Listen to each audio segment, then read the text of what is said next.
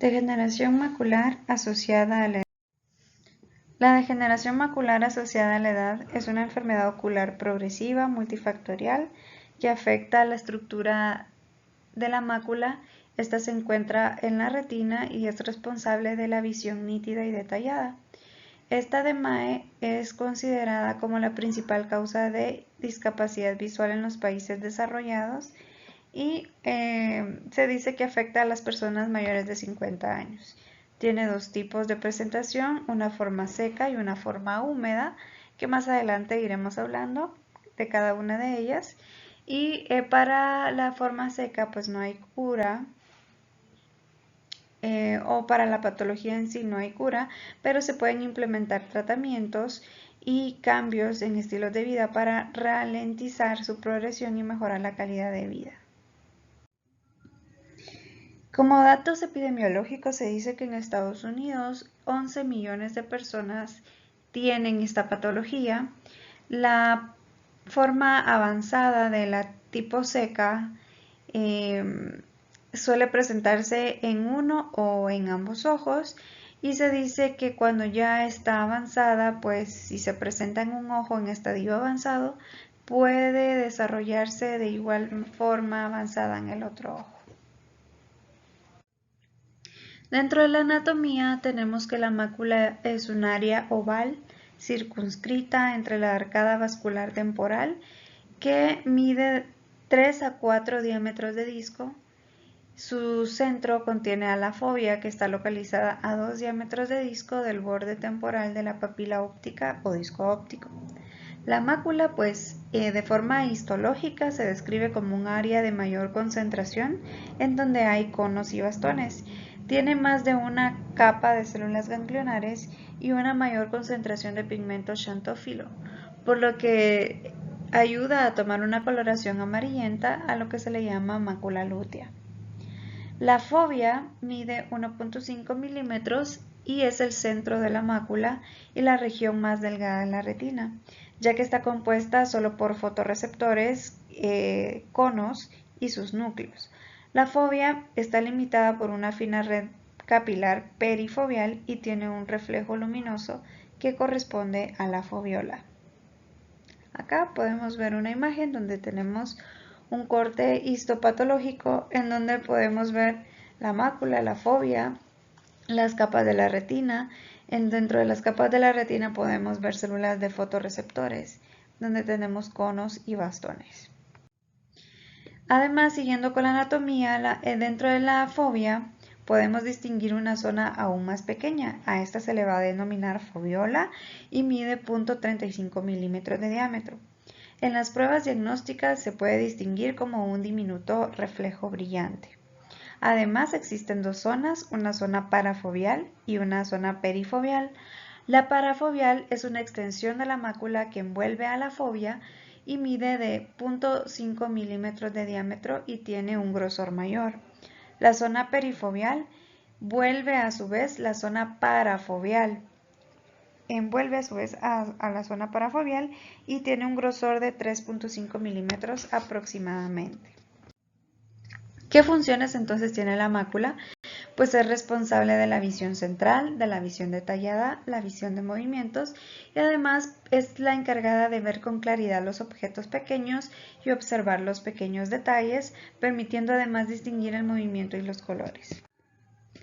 La fisiología de la DMAE pues se debe a una disfunción y degeneración del epitelio pigmentario de la retina, también a un descontrol celular del estrés oxidativo, también a las alteraciones de proteasis y disfunción de la mitocondria, que forman un bucle interno de retroalimentación que hacen fracasar al epitelio pigmentario de la retina.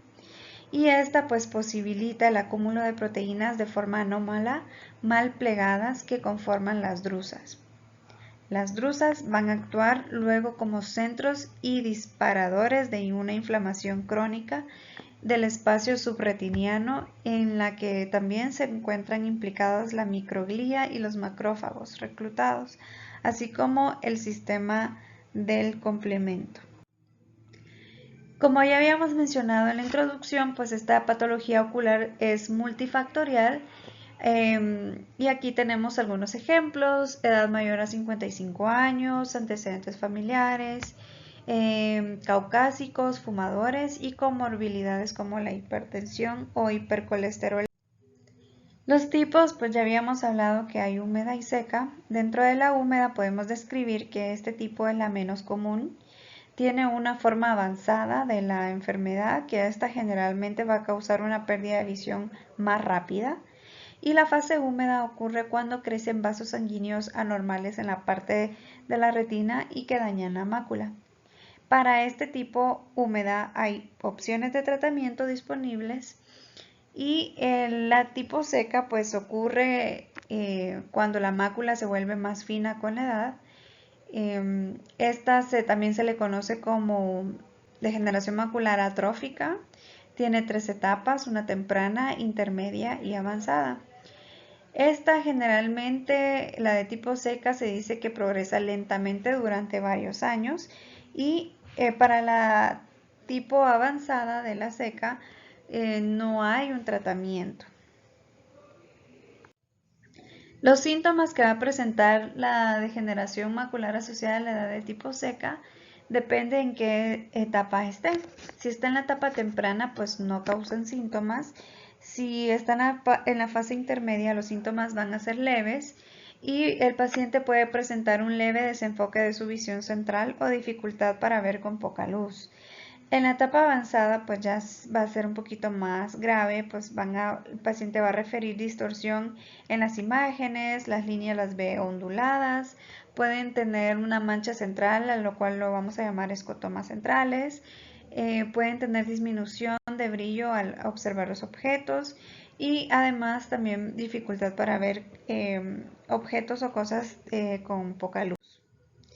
El diagnóstico de la DMAE pues va desde la historia clínica, preguntando factores de riesgo como los antecedentes familiares, qué síntomas presenta, si presenta ya distorsión en las imágenes o en las líneas.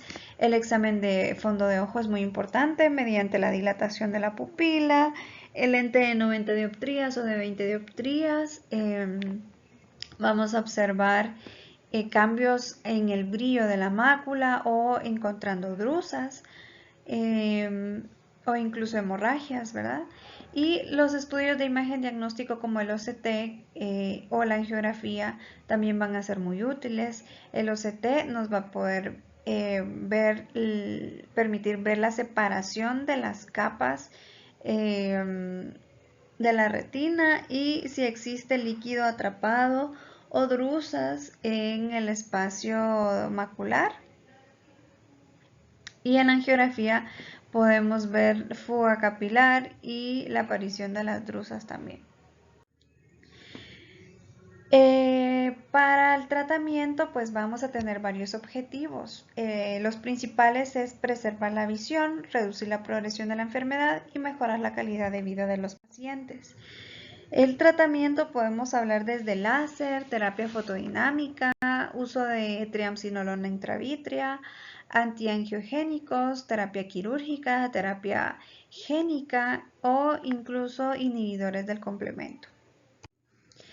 Para empezar el tratamiento con láser de la degeneración macular asociada a la edad, vamos a hablar del tipo de láser del argón verde. Este pues es un láser que genera fotocoagulación con el principal objetivo de fotocoagular el área completa de neovascularización, para lo cual se debe tener localizada el área completa de la lesión. Para determinar el área de la lesión se va a requerir que se realice una AGF reciente. Se dice que no más de 96 horas del mismo día que se va a realizar el procedimiento, y este nos va a brindar una proyección de angiograma en el cual al momento de fotocoagular va a ayudar a delimitar bien los bordes de la lesión. El mecanismo de acción del láser es una luz.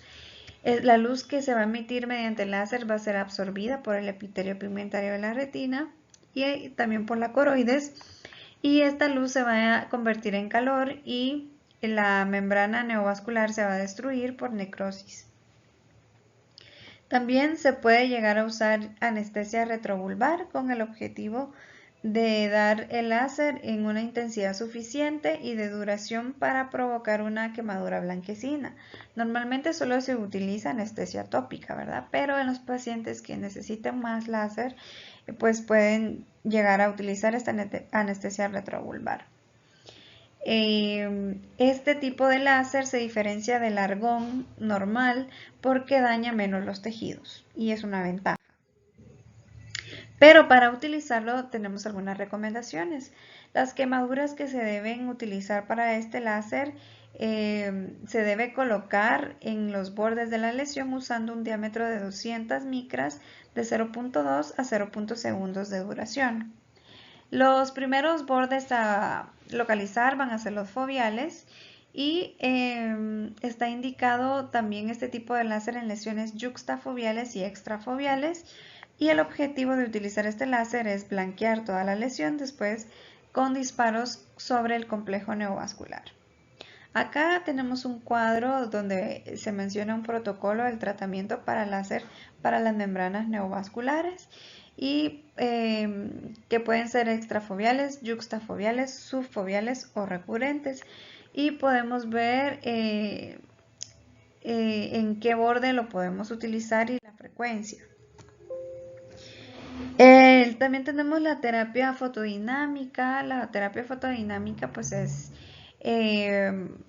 basado en utilizar una terapia con un agente fotosensibilizante. El mecanismo de acción es que vamos a activar luz de un agente fotosensibilizante basados en sus características de absorción.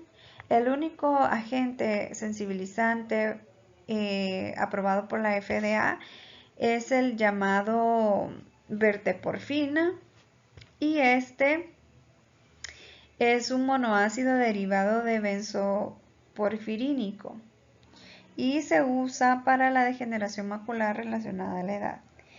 Este agente fotosensibilizante se aplica por vía intravenosa, el cual se va a distribuir en forma selectiva en la neovascularización y los agentes van a tener una alta afinidad por el tejido neovascular proliferativo y por las proteínas de baja densidad. Este va a tener un pico de absorción de 689 nanómetros y se va a eliminar por medio de la sangre en las primeras 24 horas y después de la inyección se va a eliminar por vía hepática y biliar. Se puede detectar en la neovascularización subretiniana tan solo 10 minutos después de haberla inyectado intravenosamente y se va a empezar a limpiar a los 15 minutos y desaparecer por completo a los 60 minutos. Presenta como claro todos los medicamentos reacciones adversas, pero son mínimas como fotosensibilidad al exponernos al sol y dolor lumbar. La posibilidad de reacciones de fotosensibilidad va a desaparecer en 24 horas después de la inyección. También la terapia fotodinámica se puede usar combinada con medicamento intravítrea como la triamcinolona. Este se va a aplicar por la vía pars plana 4 miligramos de acetónido de triamcinolona intravítrea en el momento de la aplicación de la verteporfina, que es la terapia fotodinámica.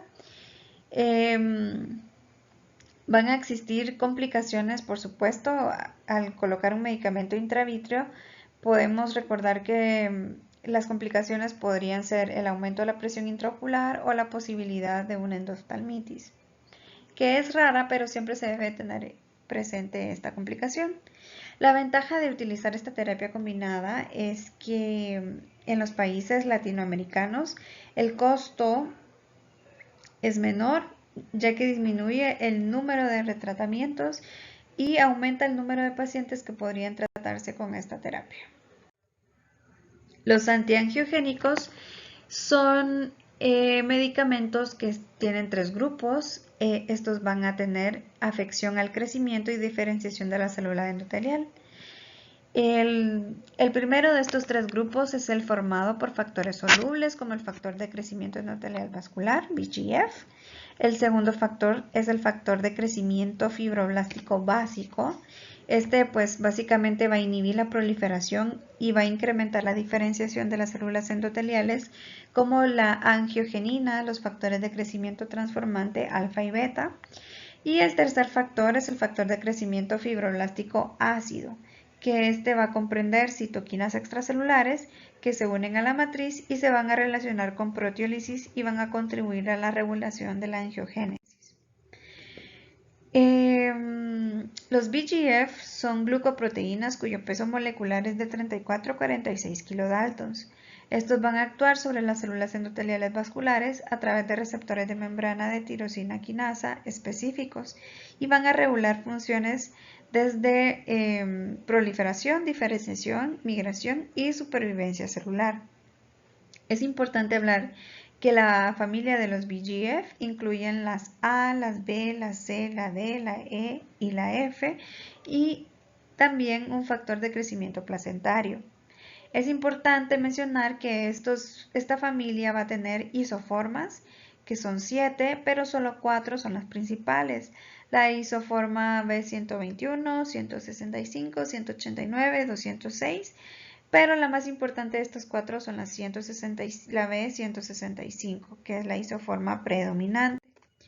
Vamos a mencionar algunas de estas características de las familias porque más adelante vamos a hablar de los anti-VEGF y vamos a regresar de nuevo a estas características.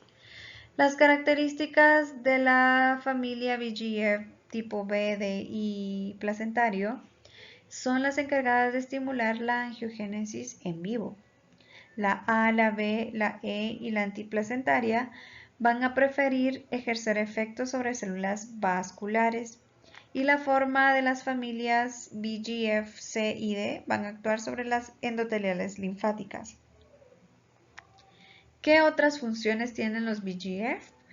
Aparte de las que ya mencionamos, es favorecer la quimiotaxis de los monocitos, inhibir la maduración de las células dendríticas, aumentar la producción de linfocitos B, generar células mieloides inmaduras, supervivencia de células madre hematopoyéticas, efectos mitógenos sobre células epiteliales y células de Schwann, y también van a tener actividad biológica, que estas van a llevarse a cabo cuando se unen a receptores transmembrana, donde se activan una serie de rutas de transducción de señales que tienen efectos sobre la proliferación de células endoteliales, la migración de células endoteliales, el aumento de la permeabilidad vascular de los capilares y la supervivencia de las células endoteliales inmaduras mediante la prevención de la apoptosis. El primero de los anti-VEGF o antiangiogénicos que vamos a mencionar, aprobados por la FDA en el 2004, es el pegaptanib sódico. Este pues es un oligonucleico que contiene 28 bases de ARN con uniones covalentes a 2 ramas de polietilenglicol de 20 kilodaltons y se unen de forma selectiva a la forma predominante de la familia de los VEGF, que es la B165. Hay un estudio que es el Vision Study que reafirma su utilización. El objetivo de este estudio era prevenir la pérdida de la visión debido a las neovascularizaciones coroideas subfoveales. Ellos colocaron el pegaptanib sódico intravítrea cada 6 semanas en dosis de 0.3 y los resultados que obtuvieron era que este medicamento era capaz de disminuir la pérdida visual menor a 3 líneas e incluso esta visión mejoraba a 2 años de haberlo estudiado, teniendo mínimos efectos secundarios transitorios. Otros antiangiogénicos muy comunes y actualmente utilizados es el Lucentis, que es el ranibizumab, el Eylea, que es el aflibercept, y el Avastin, que es el bevacizumab. Estos van a inhibir el factor de crecimiento endotelial vascular. El ranibizumab es un anticuerpo humanizado, fragmentado en 48 kilodaltons y se van a unir a todas las isoformas, que recordando eran 7, del VEGF. Este fue aprobado por la FDA y su uso intravítrea también es utilizado para ese tipo de patología, pero de la variante exudativa o húmeda. Hay un estudio que respalda el uso de este medicamento, que es el Mirna Study, el cual demostró la efectividad y la seguridad del tratamiento de las lesiones neovasculares mínimamente clásicas y ocultas. Aquí utilizaron 766 pacientes donde aplicaron inyecciones de forma mensual de este ranibizumab entre 12 y 24 meses en dosis de 0.3 a 0.5 miligramos y también utilizaron placebo. El resultado del estudio Mirna Study fue que un 95% de los pacientes tratados presentaban una estabilización o mejoría de la agudeza visual frente a un 62% de los pacientes en los cuales solo se les dio placebo. Un 25% de los pacientes tratados con dosis de 0.3 versus un 34% tratados con 0.5 presentaron una ganancia de 15 letras de la visión. Los efectos adversos fueron 10 casos, 5 con uveitis intensa y 5 con endoftalmitis, que comparando con la población que eran 716 pacientes, fueron muy mínimos. Otro estudio que respalda el ranibizumab es el ANCHOR Study. Pues era un estudio en fase 3 que validó el tratamiento del ranibizumab en lesiones predominantes clásicas frente al tratamiento tradicional de la terapia fotodinámica. Acá utilizaron 423 pacientes de forma aleatoria en los que se utilizaron 0.3 miligramos de dosis de forma mensual y 0.5 miligramos mensuales con o sin terapia fotodinámica. Este estudio fue observado durante 2 años y encontraron que entre el 94 y 96% de los pacientes tratados con ranibizumab presentaron una estabilización o mejoría en la agudeza visual en comparación con un 64% versus a los que trataron solo con terapia fotodinámica. Acá hay otros estudios donde mencionaban la frecuencia de la administración. El Pierre Study utilizaba dosis de 0.3 a 0.5 y la población que utilizaron fueron 184 pacientes y estas dosis las colocaban cada mes y después de forma trimestral. El Pronto Study pues fue un estudio de 40 pacientes donde también recibieron dosis mensuales durante el primer trimestre de seguimiento y después se utilizaron controles de forma mensual. Acá pues ellos utilizaban inyecciones intravítreas y vieron que la pérdida de agudeza visual fue mayor a 5 letras asociado con exudación retiniana que fueron observados por OCT. El incremento de 100 micras de grosor central de la retina mediante el OCT fue una apariencia nueva, hemorragia o neovascularización por fondo de ojo o por angiografía con fluoresceína y también vieron un incremento en la extensión de un desprendimiento del epitelio pigmentario. La conclusión del Pronto Study fue que el OCT era una herramienta muy valiosa para ir viendo el seguimiento estrecho de los pacientes que tenían una DMAE, pero también tenían una hemorragia o una neovascularización que generaba un desprendimiento epitelial pigmentario.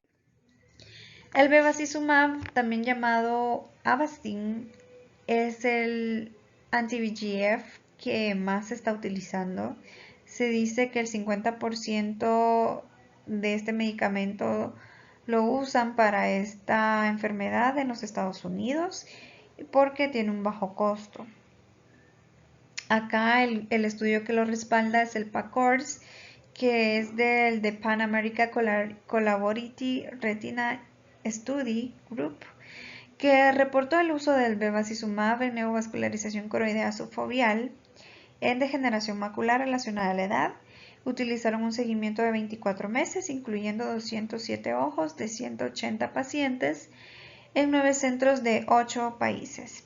Estos debían haber sido tratados al menos con una inyección intravítrea del Avastin a dosis de 1.25 y en el cual el 59% de la muestra y el 2.5 miligramos incluyendo el 40.1%. El estudio concluyó que la dosis de 1.25 o 2.5 miligramos proveía una estabilidad o mejoría en la agudeza visual, y también el OCT y la angiografía en estos casos fueron muy útiles en casos de neovascularización coroidea a 24 meses. Otro anti-VEGF actual usado es el VEGF Trap o aflibercept, comercialmente conocido como Eylea. Este medicamento pues fusiona los receptores del factor de crecimiento endotelial vascular 1 y 2 con el fragmento de un anticuerpo del IgG. Este funciona como decodificador de alta afinidad para todas las isoformas del VEGF. El Eylea también tiene factores de crecimiento placentario 1 y 2 y presenta mayor afinidad que el ranibizumab y el bevacizumab, lo que hace que el aflibercept o Eylea tenga una mayor actividad a niveles biológicos, un mayor tiempo de duración de acción, y los estudios sugieren que este tiempo se puede prolongar hasta 10 semanas. ¿Qué estudios respaldan el aflibercept? Pues tenemos el protocolo CLEAR-ET1, que presentaba 2 etapas. La primera evalúa el uso sistémico del aflibercept en 21 pacientes con membrana neovascular, y el objetivo fue evaluar la eficacia y la seguridad del medicamento. Los resultados que encontraron en el protocolo CLEAR-1 fue que no se produjeron efectos adversos, que el 95% de los pacientes mejoraron la capacidad visual más de 3 líneas de visión, con un promedio de ganancia de 4.6 líneas. Y la segunda parte que evaluaron fueron 30 pacientes donde recibieron solo una dosis de aflibercept intravítrea en dosis de 0.5 a 4 miligramos. Y vieron que a las 8 semanas los pacientes disminuyeron el grosor central a 63.7 micras versus 175 micras del primer grupo. Además, el primer grupo, 11 de 12 pacientes requirieron un tratamiento contra solo 4 de 12 pacientes en el segundo grupo. El protocolo CLEAR-ET2, 157 pacientes divididos en 5 grupos con distintas dosis del medicamento. El promedio de edad fue de 78 años y los pacientes tratados con dosis de 0.5 a 2 miligramos presentaban una ganancia de 5.4 letras y 9 letras. Tan solo 19% de los pacientes no requirieron tratamiento y el promedio de tiempo de una segunda inyección fue de 110 días. La terapia combinada de terapia fotodinámica con algún anti-VEGF como el ranibizumab fue respaldado por el Focus Estudio, que comparó la seguridad y la eficacia de estos dos. Estos con solo 161 pacientes y con 2 años de seguimiento demostraron una eficacia y seguridad para el tratamiento combinado del edema o con estos dos terapias, fotodinámica e intravítrea, en este caso ranibizumab liofilizado. Un 88% de pacientes mantuvieron una agudeza visual y un 25% de pacientes mejoraron la misma con tratamiento combinado, siendo estadísticamente significativamente la diferencia en el tratamiento con terapia fotodinámica, lo cual les permitió concluir que a 2 años el tratamiento con ranibizumab más terapia fotodinámica es más efectiva que la terapia sola y se presenta una baja tasa de eventos adversos. El tratamiento quirúrgico, pues tenemos cirugía submacular. Esta es controversial. Se demostró que en ciertos casos de neovascularización coroidea y de hemorragia subretinal reducía significativamente el riesgo de pérdida visual grave y la pérdida de sensibilidad al contraste en comparación con el grupo al que solo se le había observado sin ningún tratamiento a los 24 meses de seguimiento. El problema de esta cirugía o esta técnica es que implica la remoción del epitelio pigmentario de la retina nativo junto con el complejo neovascular, llevando así a una zona de atrofia de la coriocapilaris con la subsecuente alteración de la visión. La translocación macular es otra cirugía, otra técnica que consistía en trasladar el tejido retiniano macular de una zona con trastorno a una zona en mejores condiciones. Acá se realizaba una vitrectomía completa, rasurando la base vítrea mediante infiltración de solución de salina balanceada en el espacio subretiniano para provocar el desprendimiento de la retina de forma premeditada. Luego se realizaba una retinotomía a los 360 grados de la retina en su inserción. Al acceder al espacio subretiniano era posible extraer el complejo neovascular para luego replicar la retina realizando la rotación requerida para que el área macular se alojara en un complejo de EPR coroides en mejor estado original, pero tenía muchas complicaciones por lo cual ya no se usa, como el desprendimiento de retina, recurrencias de neovascularización coroidea, edema macular cistoide, membrana epirretiniana, agujeros maculares, hipotonía y queratopatía. También trasplante autólogo de EPR y coroides. Este pues consiste en implantar una porción de EPR y coroides desde la periferia hasta el espacio submacular. El injerto se introduce por medio de una retinotomía macular y el injerto al integrarse y vascularizarse en la zona permitía una recuperación y conservación de fotorreceptores aún existentes. La ventaja de este procedimiento es que el EPR no requería de establecer sinapsis y el acceso era posible con una nueva instrumentación con que se contaba. Las complicaciones informadas eran de DR, recurrencias y membrana epirretiniana. La terapia génica pues consiste en administrar un producto celular avanzado modificado genéticamente para que regenere la estructura retiniana dañada en los pacientes de DMAE asociada a neovascularizaciones. El estudio que respalda esta terapia que está en la actualidad todavía en estudios es el proyecto de Targetam. Esta ha desarrollado una innovadora terapia génica personalizada para la DMAE neovascular.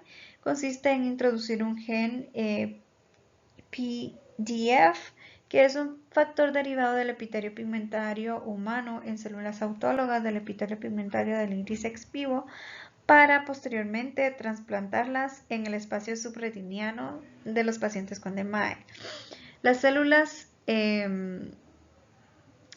serán medidas por el sistema transposón vírico Sleepy Beauty, capaz de integrarse al genoma de las células del huésped y segregarán el factor neutrópico y antiangiogénico en el espacio subretiniano, lo cual va a inhibir la neovascularización coroidea y regenerará la estructura retiniana. Los estudios preclínicos han demostrado la seguridad y la eficacia del procedimiento y se han cumplido los requisitos regulatorios previos al ensayo clínico en humanos. Y el boom hasta el momento son los inhibidores del complemento. Uno de los medicamentos en investigación actual es el Aplaviroc, también conocido como Simura o C3 inhibidor.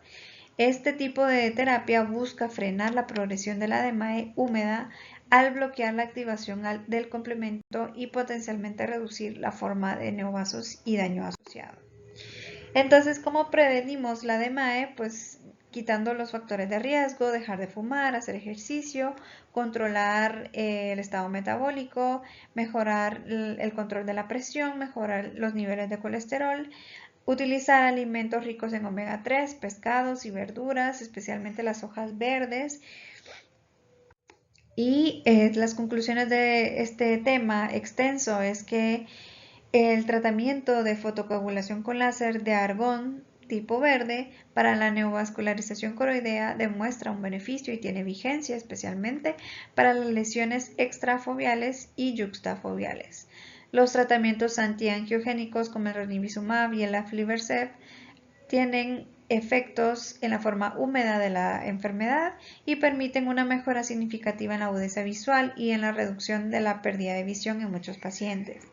La identificación temprana de una DMAE es fundamental para maximizar los beneficios de la farmacoterapia y el diagnóstico precoz permite iniciar el tratamiento antes de que ocurra un daño irreversible en la retina. También la adherencia del paciente a los regímenes de tratamiento es crucial para el éxito del tratamiento Y la educación y el apoyo continuo son necesarios para asegurar que los pacientes asistan a sus citas y sigan recomendaciones del médico. La búsqueda de nuevas terapias, incluidas tratamientos combinados con enfoques innovadores, son esenciales para mejorar los resultados en estos pacientes, y todavía están investigaciones en curso que tienen el potencial de ofrecer más opciones terapéuticas y menos invasivas. La farmacoterapia adecuada no solo ayuda a preservar la visión, sino que también mejora la calidad de vida de los pacientes, permitiéndoles mantener su independencia y participar en actividades cotidianas. La atención integral, que aborde tanto aspectos médicos como emocionales, son esenciales para el manejo de la enfermedad. Y otra conclusión muy importante es que la mejor terapia anti-VEGF intravítrea es la que el paciente pueda comprar, es la que el paciente pueda seguir adquiriendo con el tiempo para tener mejores efectos visuales. Muchas gracias.